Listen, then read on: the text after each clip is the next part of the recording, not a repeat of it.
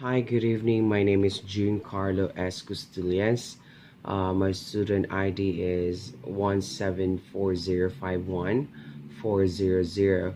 And for this evening, I'm going to answer my last final examination or my last work that is all about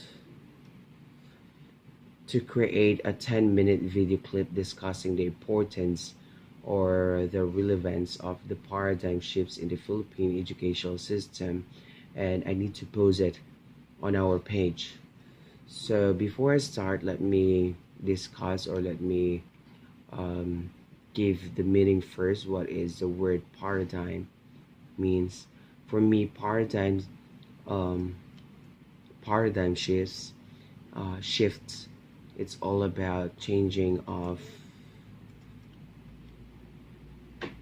a fundamental change in approach underlying assumptions. So let's say, for example, in the Philippines, the main reason why they changed that approach is to transform the education in the Philippines to adopt in a globalizing marketplace with advancing technology in a pressing concern for the educators and policymakers in order for them to help the students or maybe the young learners to fully develop and learn something and to prepare themselves for the life after graduation. And I think for me, the main purpose why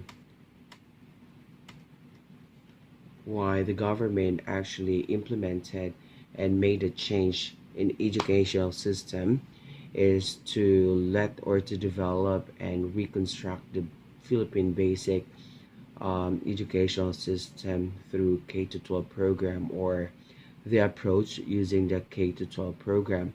So for that one, I think that is the best strategy or the best approach of our government to help uh, the people or the young learners to learn more, and also to ensure that it produces competent graduates and who can serve as a backbone for a highly skilled and employable workforce. So let's say, for example, if they're going to finish their K to 12 program, and let's say they finish their grade 12, if they plan not to continue their university level, or if they don't want to go to university, it's okay if they cannot afford, because they can actually find a job that is actually related to their course.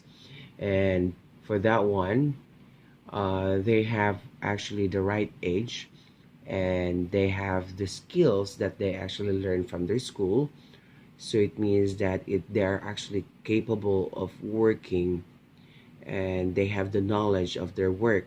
So I think the main reason why they implement the one is to give a quality education to the students, and that quality education leads to quality employment for a better quality of a life in the future, not only to the learners right now, but maybe to the young generation someday.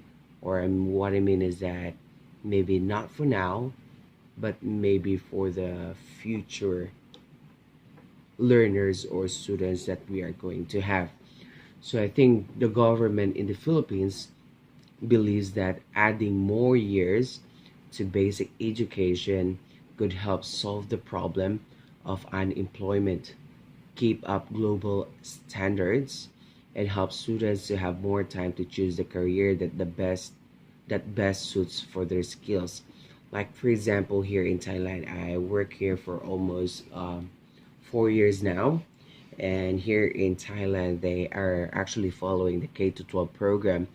And the good thing here is that mm, once they finish the K to 12 or the grade 12, they can actually find a job, and then they have those knowledge. Like for example, if they want to be an entrepreneur or maybe a businessman, they can actually build their own business, or they can start their own business in a simple way, even if they don't have the degree. Yes, that is a plus points also. Like for example, if they have that money, they can continue uh, to go to the university if they want to. But let's say, for example, in the Philippines. The problem right now that we're encountering is that most people, students, learners, they cannot afford to go to school because they have lack of money, right? So I think for me, having a K to 12, yeah, it's not easy for the first time, but I think if you're going to, or if the government will continue with that one, it will help not only to the people but also to the young generations, because even if they don't have much money, as long as they have those skills and those knowledge, they can actually build their own business, even in a simple way, but still it can help to improve and develop their knowledge, not only about the knowledge, but I think their lifestyles also, or maybe their life uh, situations right now. So I think in order for them to implement that one, the schools or maybe the government need to implement the K to 12 program by adjusting also the curriculum. The second one is they need to have the school and the facilities so they can actually provide a conducive learning environment. And aside from that one is that they can actually produce a quality education. Third one, the administration and the management also, because if they don't have those knowledge how to manage and to facilitate that kind of approach, or maybe that kind of program, maybe the main reason will be useless. So I think they need to have those three things: the adjustment of the curriculum to make it better or the change itself.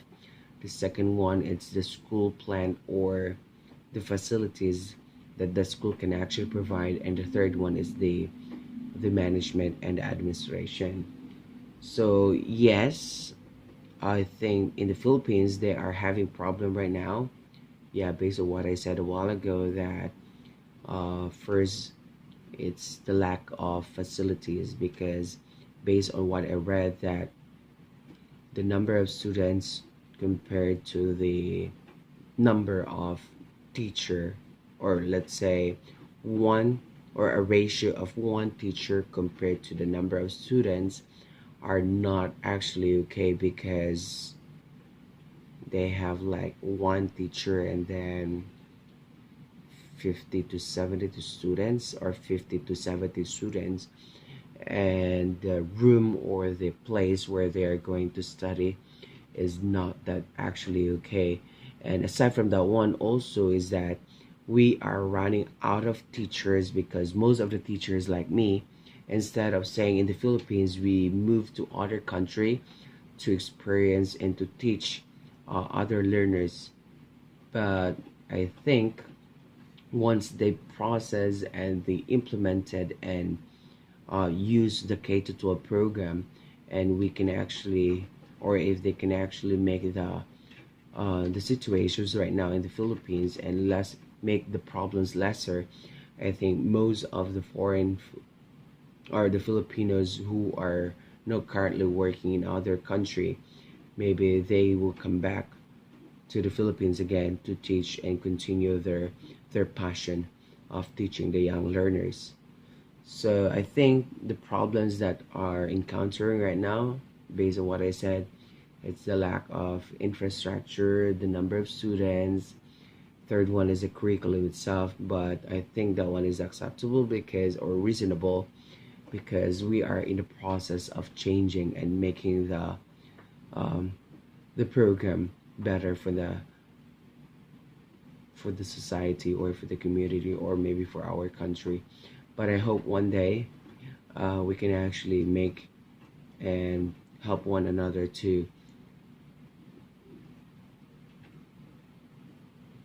make this kind of program um, better, or to make the quality education in the Philippines better for our young generations.